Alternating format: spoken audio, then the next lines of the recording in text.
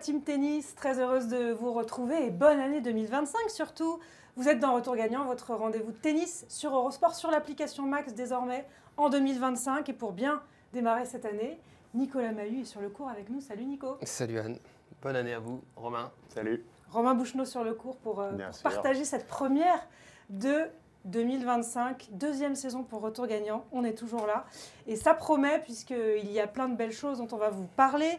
On va évidemment revenir sur le très beau début d'année d'Alexandre Muller, le Français titré à Hong Kong, c'était le week-end dernier, et s'intéresser à ce contingent français qui compte bien briller en 2025, avec en ligne de mire ce premier grand rendez-vous de l'année à l'Open d'Australie. Ce sera sur Eurosport évidemment dès dimanche, à suivre en exclusivité sur notre chaîne.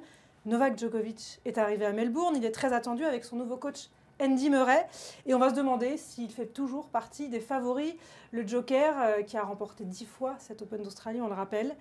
Avant de s'attaquer à l'émission, vous en avez l'habitude, on ne change pas une équipe qui gagne. La minute hors cours, on a compilé quelques moments sympas du circuit pendant les fêtes, tout en images et en chansons. I think I wanna marry you. Just say I do.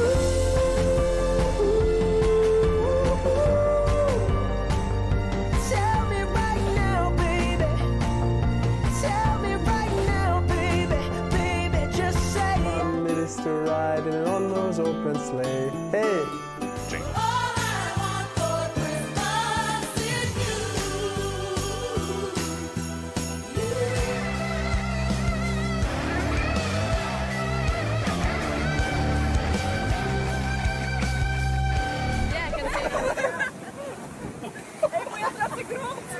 Je fais rien que des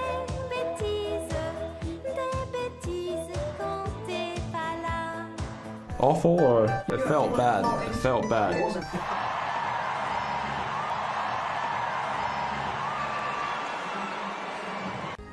Il y en a eu des choses pendant les fêtes, des demandes en mariage, des disparitions. Vous avez vu Novak Djokovic qui sort de l'image, on ne sait pas où il est passé. On sait où il est passé, il est à Melbourne pour disputer l'Open d'Australie. On va y revenir, mais avant cela, on va s'intéresser au premier titre de l'année pour un Français, Alexandre Muller. C'était à Hong Kong et c'est son premier titre en carrière. On démarre 2025 comme on a achevé 2024 avec le titre de Benjamin Bonzi, c'était à Metz. Alexandre Muller donc titré face à un revenant, Kei Nishikori, qui revient très très bien. C'est une belle première pour Alexandre Muller, Nico. Bah oui, et puis moi ce que j'ai aimé c'est toutes ces déclarations, ce qu'il a pu faire pendant la période hivernale. Lui il s'entraîne habituellement à Nice, on sait qu'il fait beau, la possibilité de jouer à l'extérieur. Bah, lui il a fait la démarche d'aller à Dubaï, de partir tôt parce que la saison se termine tard, il a fini à Belgrade donc assez tard l'année. Et puis il est parti assez tôt là-bas s'entraîner pour jouer avec les meilleurs, pour jouer avec Sinner. Et c'est un sacré investissement et ça paye tout de suite. Donc c'est bien. Puis vous l'avez dit, la dernière victoire de Bonzi à Metz, celle d'Mpecci à Bâle. Donc c'est le tennis français va bien et ça fait plaisir. Non, en plus c'est une génération, il ne fait pas partie des plus jeunes, il va avoir 28 ans, Alexandre Muller, Benjamin Bonzi 29 ans. Donc c'est bien aussi de voir ces joueurs un peu plus âgés aussi exploser un peu plus tard que par exemple un Fils ou un Mpetshi Perricard. Romain, le parcours de Muller est beau en plus. Hussler, Kecmanovic, Arthur Fils, qu'il bat à Hong Kong, donc un top 20. Mouniard et Nishikori en finale. C'est prometteur pour 2025, surtout quand on sait qu'il se bat avec une maladie en plus, Alexandre Muller. Oui, maturation tardive, mais constante. Il est rentré progressivement dans le top 200, dans le top 100. Maintenant, il est 56e, je crois, à partir de lundi, le meilleur classement de sa carrière. Moi, c'est un joueur, il a fait finale en 2023 à Marrakech, finale qu'il a perdue contre Carbalès Baena. Là, il est rentré dans le top 100 et depuis, ça lui permet aussi de jouer les grands chelems. Il a fait 3 fois deuxième tour l'année dernière en grand chelem. Et c'est un joueur que je trouve très très bon, très, très prometteur depuis très longtemps, qui a du mal à atteindre ce top 50 qui lui permettrait de jouer tous les tournois. Mais il a tout, Nico, dans son jeu. Il prend la balle tôt, il joue très vite, très bien des deux côtés. Il sert bien, il sait faire quand même beaucoup de choses. J'ai eu un peu peur quand j'ai vu le premier set contre Kei Nishikori parce que Nishikori, ça va vite et il joue très bien et il revient bien. C'était compliqué. On rappelle qu'il a perdu tous les premiers sets de son tournoi, Alexandre Muller. Et après, il a réussi à le prendre quasiment à son propre jeu. Il a mis un peu plus de vitesse. Il est vraiment capable de très bien jouer. Et je trouve que c'est le bon moment. Il a 27 ans, il arrive à maturité. Je vois pas trop de limites, je pense qu'il rentrera dans le top 50 et après, pourquoi pas, parce que après ça va lui faire gagner beaucoup de points de jouer les gros tournois et c'est vraiment un joueur qui a beaucoup de talent, je trouve. Ouais, moi je trouve qu'il y a plusieurs choses. Déjà, les victoires l'an dernier qui lui ont fait du bien. Il bat Félix à Shanghai, il bat Rublev à Rome, il fait un très bon match contre Medvedev à Wimbledon. Même s'il le perd, il n'est pas loin, il les inquiète. Même à l'US Open, je me souviens, il avait vraiment, même s'il avait perdu en 3-7 face à Zverev, mais on sentait qu'il prenait confiance en lui et que son niveau augmentait. Moi, je trouve qu'il a vraiment progressé aussi au service. C'est pas un joueur qui est très très grand, il fait 1m82, 83. Et pour autant, c'est un coup sur lequel il a beaucoup progressé. Il a aussi énormément progressé son jeu au filet. Et après, ses qualités de contreur, de défenseur, naturellement du fond du court. Il y a beaucoup de joueurs aujourd'hui dans les 50 premiers, dans les 30 premiers, qui ne sont pas meilleurs que lui. Donc c'est vraiment aussi une prise de conscience. Et j'ai bien aimé aussi ses déclarations après son match où il dit voilà, j'ai rêvé toute la nuit, j'ai rêvé toute ma carrière de gagner un titre. Et puis finalement, voilà, je l'ai gagné. C'est pas un aboutissement. C'est pas un aboutissement, je vais essayer d'en gagner d'autres en fait. Et c'est qu'il arrive à dire ça tout de suite après la victoire. Généralement, ça vient un petit peu après. Là, c'est plutôt bon signe. Et ce que j'aime bien aussi, c'est sa programmation. Il gagne le tournoi, il se retire d'Auckland pour se préparer pour Melbourne en disant maintenant, je vais essayer de faire un bon parcours là-bas.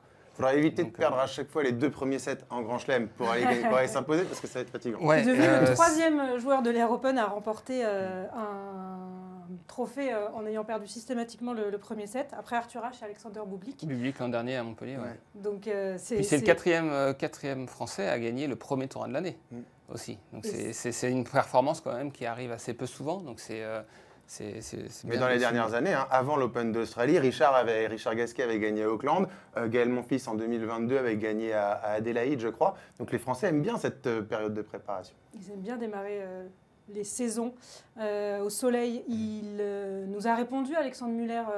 C'est Sébastien Petit qui l'a eu justement entre ces 2 avions, entre Hong Kong et Auckland. Et il est revenu justement sur ses objectifs et le fait que ce ne soit pas une fin en soi, qu'il n'y a pas d'euphorie. Et c'est ça qui est intéressant aussi. On l'écoute, Alexandre Muller, et on en reparle juste après.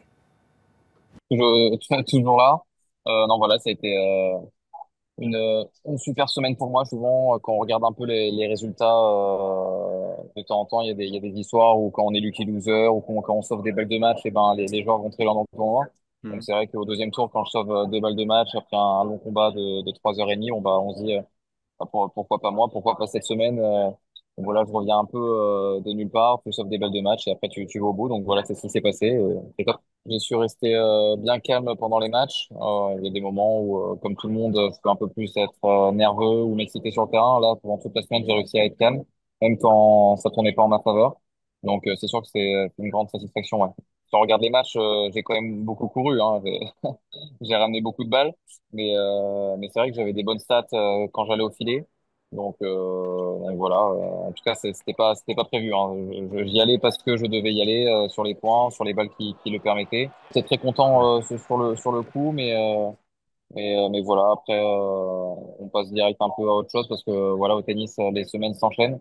Donc là, j'étais déjà en fait assez pas concentré, mais sur le fait de bien récupérer pour le gros tournoi qui arrive, qui est l'Open d'Australie. Désolé, je vous appelle à l'aéroport. Je prends l'avion pour Auckland pour aller sur place pour me retirer.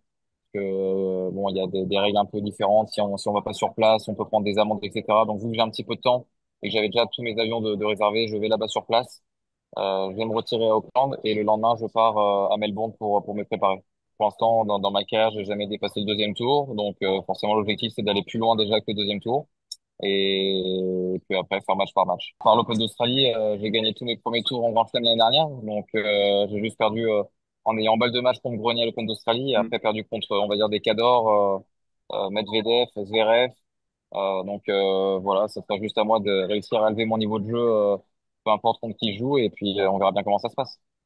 Bon, c'est sûr de voir les potes, tous les Français qui jouent super bien, qui gagnent des tournois, ça donne envie. Donc forcément, je pense que ça nous motive à s'entraîner vraiment dur. Il y a une super ambiance entre tous les joueurs français, donc enfin pour moi le tennis français se porte plutôt bien, ouais.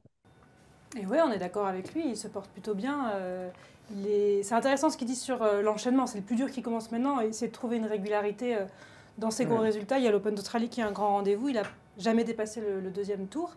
Ça fait preuve de maturité aussi de dire ça de la part d'Alexandre Miller. Oui, ça montre à quel point il est ambitieux. Il ne faut pas non plus oublier de savourer malgré tout, parce que ça reste un titre et c'est bien d'être dans la projection. C'est pour ça que pour moi, c'est bien pour lui de ne pas jouer Auckland.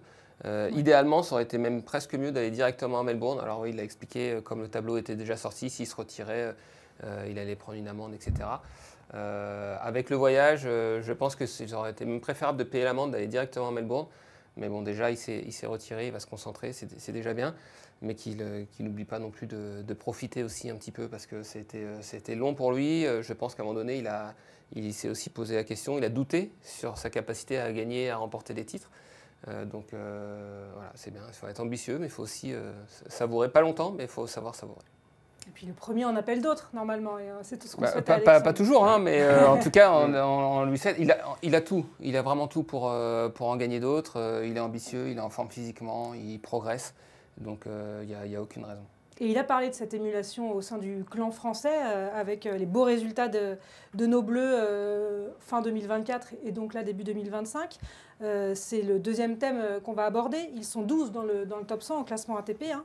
Personne ne fait mieux, donc la France est quand même en bonne forme et bien représentée chez les garçons. En tout cas, il y a Giovanni Mpetshi-Perricard qui fait son entrée dans le top 30. Vous voyez là le classement français avec Hugo Humbert en chef de file devant Arthur Fils. Donc c'est un beau contingent.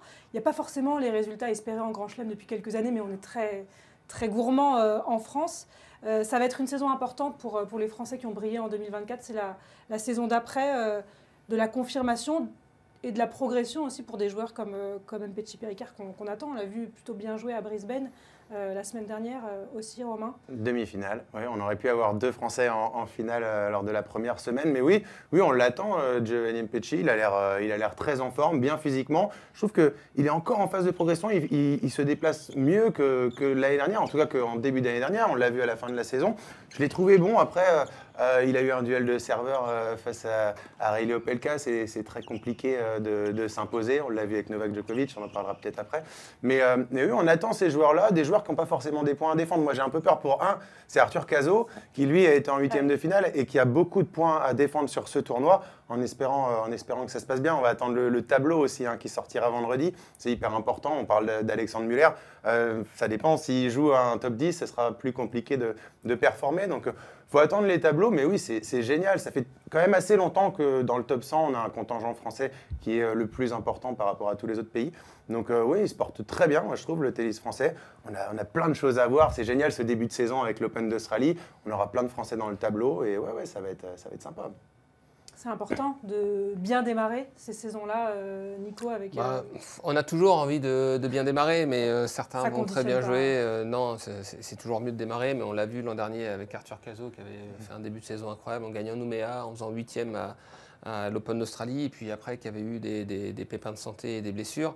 Là, je suis d'accord, là aujourd'hui on a 12, 13, si on compte Lucas qui intègre le tableau. 13 Français dans les 100, il y en a 10 dans les 70 premiers, donc il y a vraiment une émulation et un noyau vraiment très important avec des jeunes qui sont ambitieux. On a vu Mpetshi, alors Mpetshi ne fera pas de demi-finale chaque semaine parce qu'il a un jeu à risque, c'est un joueur, il ne faut pas attendre de lui une régularité à la demi-nord, mais c'est un joueur qui pourra faire des exploits. Et parfois, avec son style de jeu, il aura plus de mal, il passera un petit peu à côté. On espère que l'Open d'Australie, ce sera un tournoi où il marquera les esprits. Mais il sera tête de série, donc ça va l'aider. Pour ça, c'est bien. Mais s'il perd au premier tour, ce ne sera pas non plus, il ne faudra pas lui tomber dessus en disant voilà, on attendait de lui, etc. Lui, il faudra attendre, il fera des coups par moment dans l'année. Mais ce que j'aime bien quand je regarde la programmation aussi de certains, on voit Hugo qui est parti assez tôt, qui a essayé de faire la United Cup, qui a fait ses 2 matchs et finalement qui se prépare. Il va être dans les têtes de série dans les 16 premiers. Donc il se dit, voilà, moi aujourd'hui, si je veux atteindre le top 10 et mon objectif de jouer le Masters de fin d'année, il faut que je sois performant sur les très gros. Donc là, il fait une programmation d'un joueur très ambitieux. Pareil, Arthur, il a joué à Hong Kong, il est parti se préparer ensuite à Melbourne. Donc des programmations comme ça, assez ambitieuses, moi j'aime bien. Alors est-ce que ça a payé tout de suite ? On verra, on aura la réponse dans 10 jours. Mais en tout cas, j'aime bien ce que je vois. Et nous aussi, on aime bien ce qu'on voit et pourvu que ça dure. En revanche, côté filles, c'est plus compliqué. C'est la stat qu'on a choisie aujourd'hui dans Retour Gagnant, pointée du doigt par Constance du compte X Jeux 7 et Maths. Aucune Française dans le top 50 de la WTA cette semaine pour la première fois en 3 ans. C'est une situation qui s'était déjà produite entre avril 2021 et janvier 2022. Pas très longtemps, mais avant ça, il fallait remonter quand même aux années 80. 1986, nous dit Constance, pour retrouver la trace d'une semaine sans tricolore dans le top 50. Alors, elles sont 3 seulement, même dans le top 100. Caroline Garcia, 58e, Diane Paris, 66e et Varvara Gracheva, 69e. Caroline Garcia est sortie de ce top 50 aussi parce qu'elle n'a pas joué. Elle a choisi de faire une pause au mois de septembre dernier. Elle va être attendue puisqu'elle revient sur les cours. A priori, fraîche mentalement, Romain, libérée un petit peu de toutes ces tensions qu'elle avait accumulées. Elle se mettait beaucoup de pression les 2 dernières années. Et a priori, voilà, le défi pour elle maintenant, c'est de réussir à reprendre du plaisir. Et s'il y a du plaisir... le jeu, de toute façon, elle l'a et tout le monde en est conscient. Après, vous parliez de... Mentalement, c'était difficile, mais elle avait une blessure à l'épaule aussi. Elle enchaînait quand même les tournois en ayant cette blessure-là. Elle n'arrivait pas à se libérer complètement. Vous l'avez dit, 2025, l'année de son mariage. Il y a tout pour se libérer pour Caroline Garcia. Moi, je trouve que on n'imagine pas assez, on ne dit pas assez ce qu'elle a fait dans sa carrière, Caroline Garcia, parce qu'elle a remporté 3 Masters 1000, l'équivalent des Masters 1000 chez les dames. Chez les messieurs, dans l'histoire de l'Air Open, il y en a 0 qui ont fait ça. Le Masters, il y a 0 messieurs qui ont réussi à remporter le Masters. Il y a juste une fille, c'est Amélie Mauresmo. Donc si on la classe dans l'Air Open, dans les meilleures françaises, elle est derrière Marie Pierce et Amélie Mauresmo. Il y a Marion Bartoli qui a gagné un grand chelem, mais pour le reste, elle est largement comparable à Marion Bartoli. Donc c'est une des meilleures joueuses françaises et françaises de l'histoire. Et ça, je trouve qu'on le néglige un peu. Elle a déjà fait une super carrière, Caroline Garcia. Et on a parlé pas mal cette année de Richard Gasquet et du fait que dès 9 ans, on l'ait mis en futur numéro 1 mondial. Elle, chez les filles, c'est la seule. Candy Murray en 2011. Non, mais c'est vrai, mais il l'a dit, il a mis la pression peut-être un peu. C'est une joueuse qui se met un peu de pression aussi. On le voit sur ça. Comment ? Il n'était pas très loin. Il n'était pas très loin, il l'a senti, mais c'est vrai qu'on se rappelle de ce match contre Maria Sharapova. Elle avait marqué les esprits, elle a pris beaucoup de pression parce que c'est elle qui portait le tennis féminin ces dernières années. Si elle arrive à se libérer, Caroline Garcia, et c'est peut-être l'année où elle a fait ce break, tout lui est possible en fait. Elle a dit que peut-être si elle n'arrivait pas à bien jouer, elle arrêterait peut-être sa carrière, mais elle n'a pas de pression. Là, elle a 0 pression, le je fait trouve. de le dire, c'est justement, moi je ne me mets pas de pression. Si c'est trop une souffrance, c'est pas la peine de continuer. Mais quand on va très très haut, forcément on est attendu et c'est ce qui s'est passé avec elle. C'est pas facile à gérer et c'est vrai qu'elle était un peu toute seule en plus. On a parlé de l'émulation chez les garçons. Chez les filles, elle était un peu toute seule à porter ces espoirs-là. Oui, justement, si là, elle joue, si elle arrive à jouer uniquement pour le plaisir, ce qui n'est pas non plus évident à faire, parce qu'on a des bonnes intentions, on se dit allez, je vais me faire plaisir, et puis on est souvent rattrapé par l'envie de gagner, par l'enjeu, par se dire est-ce qu'on est préparé. Si vraiment elle arrive à être dans cette démarche en disant je reviens sur le circuit, évidemment, pour essayer de gagner des matchs et être performante et compétitive, mais si elle a cet état d'esprit-là, avec son style de jeu, elle peut évidemment revenir très très haut, quoi. Il n'y a aucun doute là-dessus. Et puis après, effectivement, vous l'avez dit, le reste, Diane, qui était bien partie, mais qui s'est blessée en Fed Cup, en Billie Jean Cup, là, plutôt, et qui a un 3e tour à défendre. Donc, elle est arrivée pas préparée. Ça serait pour moi une grosse surprise qu'elle arrive à défendre les points qu'elle a cette année. Donc, va chuter au classement. Pareil pour Clara, qui est déjà sortie des 100 premières et qui a un 3e tour à défendre. Dodin, qui a une 8e de finale à défendre. Donc c'est vrai que pour l'instant, à part Gracheva, qui est plutôt, en tout cas, en forme et constante et dans les 70 premières, c'est un peu difficile. Donc pour moi, il y a une vraie inquiétude là-dessus, même si je sais que Julien Beneteau et Pauline Parmentier travaille durement pour présenter un projet pour relancer un petit peu toutes ces joueuses-là. Et puis c'est un tournoi où on voit souvent des surprises quand même à l'Open d'Australie. On parlait de Clara Burel qui a gagné contre Pegula l'année dernière. On a vu Arthur Cazot battre Holger Rune. Donc c'est une question de forme. S'ils se sentent bien, les meilleurs joueurs du monde ne sont pas forcément à leur pic de forme à l'Open d'Australie. Donc il y a peut-être des coups à faire aussi pour les Françaises qui ne seront pas attendues. Ouais, qui ? Je sais pas, on n'a pas le tableau. Mais les Françaises, elles auront peut-être des tableaux difficiles, mais en tout cas... Gracheva, effectivement. Mais aujourd'hui, à part Caro, on espère que Diane, elle arrive... ça va être difficile. Mais sans pression. Ouais. Non ? C'est bien d'arriver sans pression, mais c'est bien d'arriver aussi préparé quand même. Parce que pour le coup, elle est partie très tard. Elle a repris aussi l'entraînement très tard. Et puis c'était une blessure au genou. C'est pas comme si on avait une douleur au coude où on peut quand même physiquement travailler, le déplacement, etc. Là, elle est vraiment restée inactive pendant un moment. Donc j'espère, et vraiment de tout cœur, et on croise les doigts pour qu'elle réussisse. Mais je ne suis pas convaincu qu'on la retrouve loin dans cet Open d'Australie. Alors la saison est très longue et il faut justement lui souhaiter qu'elle tienne physiquement, qu'il n'y ait pas de rechute. Et après, nul doute qu'elle reviendra dans les 50 premières parce qu'elle a tout ce qu'il faut. Mais en tout cas, sur ce début de saison, sur cet Open d'Australie qui débute dans une semaine, les chances françaises sont minimes. On n'aura pas d'attente, comme ça on ne sera pas déçu. Voilà, c'est ce qu'il faut se dire chez les filles. Et c'est ce que Caroline Garcia aussi essaye de se dire. Cet Open d'Australie chez les garçons, il démarre dimanche avec quelqu'un qui est très attendu, c'est Novak Djokovic. Vous retrouverez évidemment tous les matchs en direct, en intégralité, en exclusivité sur Eurosport, sur l'application. Novak Djokovic, 10 fois vainqueur à Melbourne de ce premier grand chelem de l'année, toujours en quête de son 25e. On rappelle qu'il n'a pas gagné de grand chelem en 2024 et donc forcément on se pose la question, est-ce qu'il fait partie des favoris à Melbourne? Ce qui est dingue, c'est quand on dit les chiffres, maintenant c'est 10e Open d'Australie, 25e titre. Oui, on les dit comme ça. On les dit comme ça. Mais 100e sur le circuit aussi, on attend. Ouais, c'est hallucinant. Qu'est-ce qu'on peut attendre de Novak, forcément, quand il se présente à l'Open d'Australie forcément qu'on s'attend à ce qu'il soit performant. Alors, est-ce que c'est pour la première fois depuis 10 ans, ça ne va pas être le favori numéro 1. Voilà, ça va être même encore l'an dernier, quand il était arrivé, on s'est dit, voilà, il a déjà gagné 10 fois, c'est lui le favori. En tout cas, moi, je pensais qu'il était favori. Aujourd'hui, il reste Sinner, pour moi, qui est le grand favori. Oui.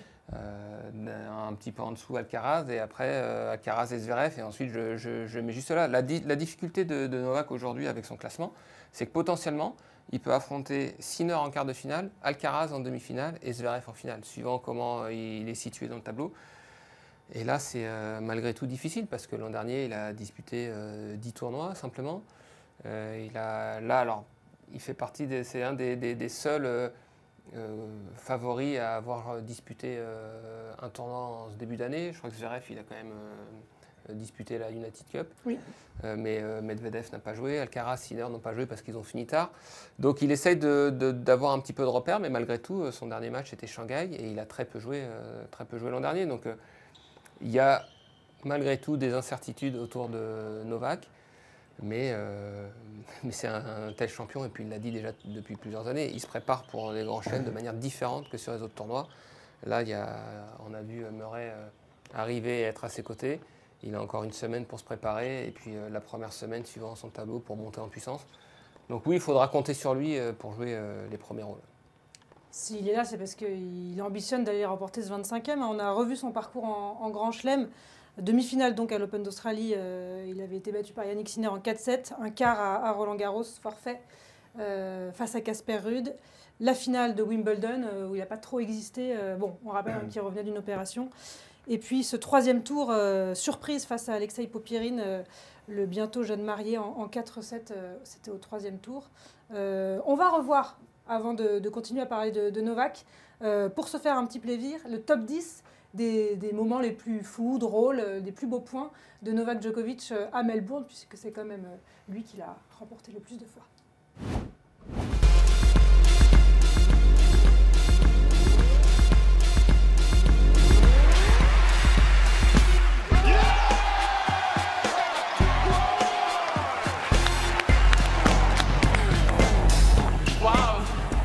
What a beautiful view I have.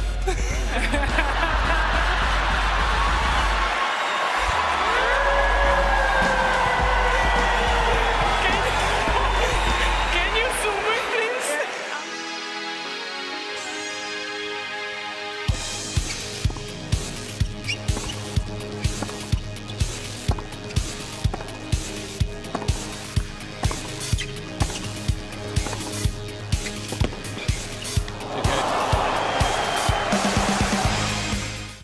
The next question, again from a fan, so don't get mad at me, and I'm not asking you to do this, but they want to know if back in the day when you were doing impressions of famous players, if you had a good one of Boris, your coach.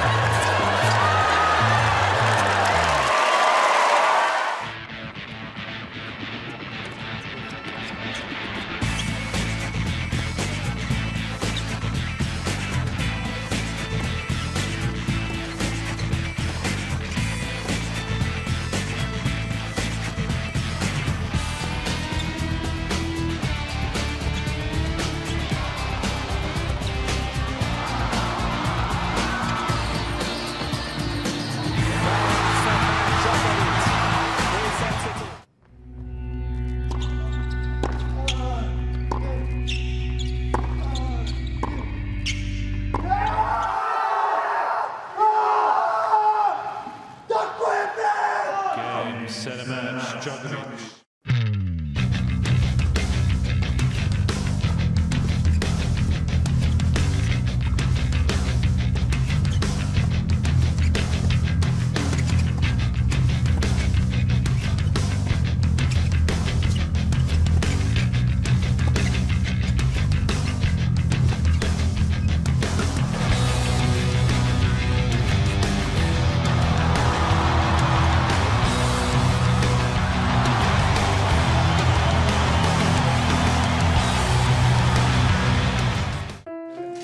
Congratulations. Okay, 7 Australian Opens, 15 slams. Not too bad. Not too bad. You cannot complain. You cannot complain.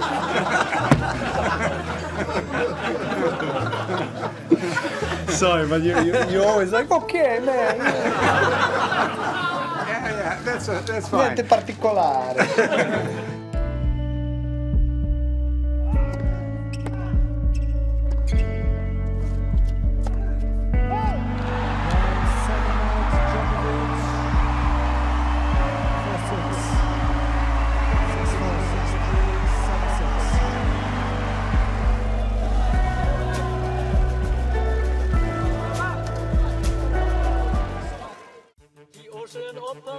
So special is what I consider to be the very best fan in the world.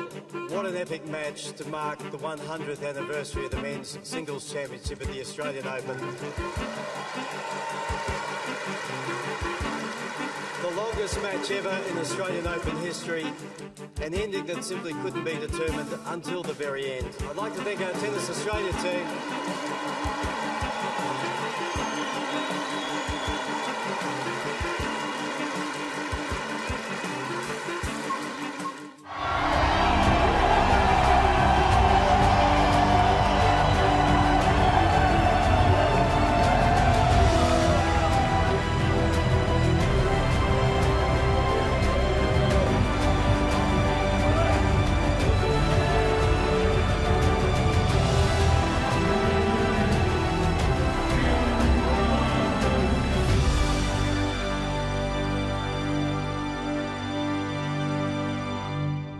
Des beaux moments de Novak Djokovic, elle est folle. C'est le numéro 2 dans le top, cette image de Nadal et Novak sur la chaîne complètement carbo après leur finale. Ils ont fait des finales quand même, tous là, les 4, c'est extraordinaire, mais cette finale-là, c'était 6 heures de jeu, je ne sais plus exactement. Ouais, 5h56, je crois. Ouais, c'était démentiel, le niveau et l'intensité physique. Enfin, cette finale a été démentielle. Le dernier titre, c'est en 2023 face à Stefanos Tsitsipas. Je crois même, pour la petite histoire, que cette année-là, j'ai failli prendre 3 bulles par Novak au 3e tour. Je ne suis pas sûr, mais je crois que cette année-là, je joue. On vérifiera. Donc, le jour de mes 30 ans, 3e tour, donc j'étais plutôt content. Et je menais 6-0, 4-0. Et j'ai vraiment... là, t'as peur, là j'ai pensé très très fort à Thierry Champion. Je ne vous cache pas. Je ne veux pas refaire. Et finalement, j'ai réussi à grappiller un jeu, mais en revoyant les images, je me demande si... donc il arrivait en finale assez frais. Il faudrait vérifier, mais je crois que c'est la même année. L'année dernière, il met des sacrés bulles à Manarino, Novak Djokovic, il me semble aussi, à l'Open d'Australie. Mais il va gagner l'Open d'Australie cette année, Novak Djokovic. Justement, je voulais vous demander vos pronostics, puisqu'on se mouille maintenant. Novak Djokovic chez les garçons, pour quelle raison? Déjà l'Australie, c'est dans le chaîne qu'on en a parlé, parce que je le trouve hyper bien physiquement. Alors il a perdu, on a parlé contre Riley Opelka, mais c'est pas évident. Opelka a dit après que quand on joue contre Novak Djokovic, on joue à 150%, c'est notre seul moyen de gagner. Contre Gaël Monfils, le tour précédent, je l'ai trouvé très très bien physiquement. C'est un joueur qui a toujours cette couverture de terrain sur sa ligne. Avec Andy Murray, et je pense que ça va être le gros point fort de Novak Djokovic cette année, il va être beaucoup plus agressif. Il est monté au filet systématiquement quand il a une balle un petit peu plus courte. Je pense que Murray va le faire travailler dans ce sens-là. C'est d'ailleurs ce qu'ont fait tous les meilleurs joueurs quand ils commencent à vieillir un petit peu. Mais oui, Novak Djokovic, moi je pense qu'il est bien préparé, il a pris son temps, il a fait l'impasse sur Bercy sur le Masters en fin d'année dernière. Ouais, moi je pense qu'il va arriver très très en forme. On verra son tableau aussi, parce que tu le disais Nico, il peut avoir un tableau à partir des cartes très compliquées. Mais Mais attention à Novak Djokovic, je pense qu'il va aller chercher la 11e dès le premier grand chelem. Le 25e, le 100e, en plus, c'est des beaux chiffres. On l'a vu bien mentalement aussi, on l'a vu s'amuser sur le court avec Nick Kyrgios en double. On le sent effectivement frais, en tout cas, pour ce début d'année. En tout cas, il peut, je ne vais pas contredire Romain là-dessus, il peut très bien remporter ce tournoi. Mais qui va le remporter selon toi? Moi, j'avais dit en fin d'année dernière, je misais sur Zverev, donc je ne vais pas changer. J'ai pas suffisamment d'éléments aujourd'hui pour changer mon avis, donc je vais rester sur une victoire de Zverev. Il a lui-même dit, Zverev, on lui a demandé quelle serait ta prédiction folle pour 2025, et il a dit un nouveau vainqueur en Grand Chelem à l'Open d'Australie. Je ne sais pas s'il parlait de lui, mais... Ouais, c'est possible. C'est possible. On attend, de toute façon. Ou Alcaraz. Ah, alors en Australie, ouais. Lui, il parlait de nouveau vainqueur dans tous les grands chelems. Quelqu'un qui n'a pas gagné. Tout grand chelem confondu. Je pense qu'il parlait de lui. Ouais. À mon avis, oui. À mon avis, oui. Sinon, je ne vois pas. Rue la Roland, peut-être. Alors, donc, votre vainqueur, Djokovic, Zverev. Une surprise, peut-être, pour ce premier grand chelem. Quand on entend surprise, c'est un joueur qu'on n'attend pas forcément qui serait en deuxième semaine, en huitième, en quart, peut-être. Moi, j'aime bien le tennis tchèque, j'aime bien Marac ou Mensik, un des deux, mais je trouve qu'il est un peu sous-coté, même si un Marac, il a tenu tête à des joueurs très très forts, il se rapproche, il progresse. Donc, encore une fois, je ne serais pas étonné de le voir aller loin aller loin dans ces tournois. Évidemment, on ne parle pas des Français parce qu'aujourd'hui, ça serait... Il fait partie de mes pronostics. J'ai un pronostic cette année qu'on avait fait. J'avais dit qu'un Français serait en demi-finale d'un Grand Chelem cette année. Donc, dès Melbourne ? Potentiellement. Why not? Moi, une surprise, Robin. Ouais, Zhongchen Cheng, le jeune joueur chinois qui est passé complètement à côté du Masters Next Gen. Ouais.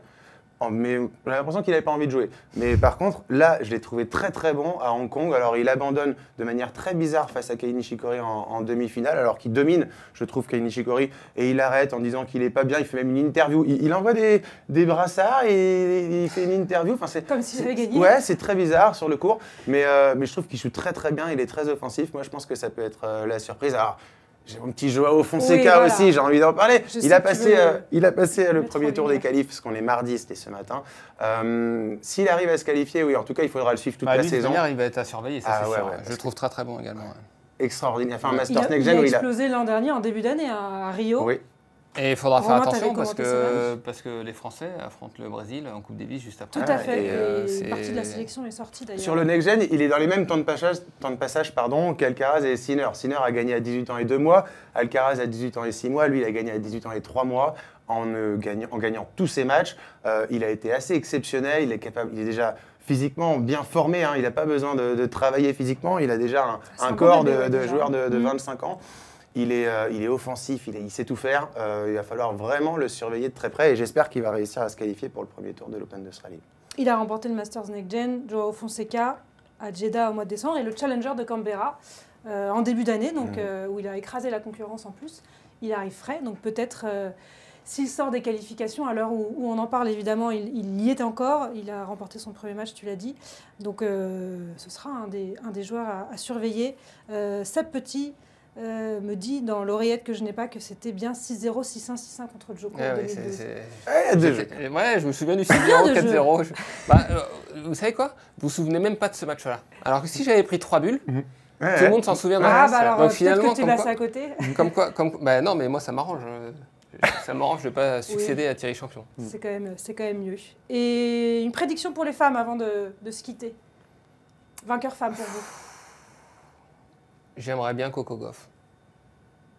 Voilà, j'aimerais bien parce que c'est... Elle a gagné la United Cup avec les États-Unis. Voilà, parce qu'elle joue bien, elle est en forme, elle reste... et puis elle travaille aussi avec Jean-Christophe Forel. Donc pour toutes ces raisons-là, je ne sais pas si c'est un pronostic de cœur ou si c'est vraiment ce que je sens, mais en tout cas,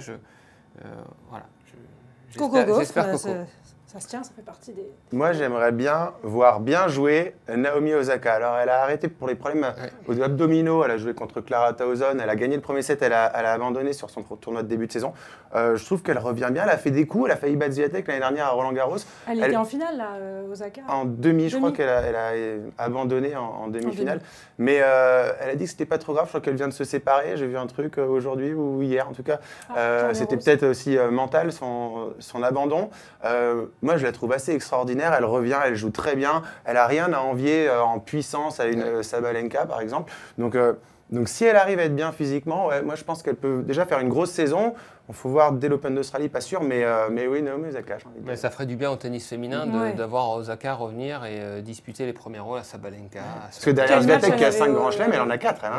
Non, mais ça serait. S'il y avait dans le top 10 5-6 joueuses régulières qui se disputent les titres, là, on reviendrait comme un peu dans les années 2000 avec les Williams, les Belges, Amélie, etc.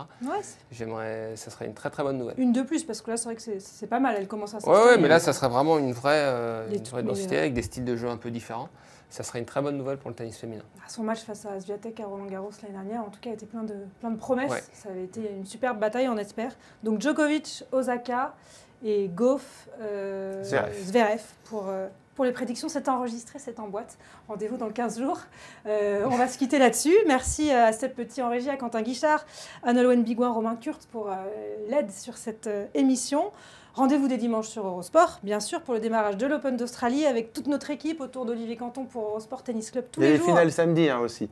Il y a deux finales samedi de tournoi. Auckland. Romain, est-ce que tu commentes ? Non, je ne commande pas, mais Auckland et Adélaïde, je crois. Et oui. Donc, toujours sur Eurosport. Le tirage au sort du tableau de l'Open d'Australie avec nos 13 Français engagés chez les garçons, puisque Lucas Pouille l'intègre directement. Merci à tous. Rendez-vous très vite pour toujours plus de tennis. Retour gagnant reviendra après l'Open d'Australie. Merci Nico, merci Romain. Et à très vite. Bye bye.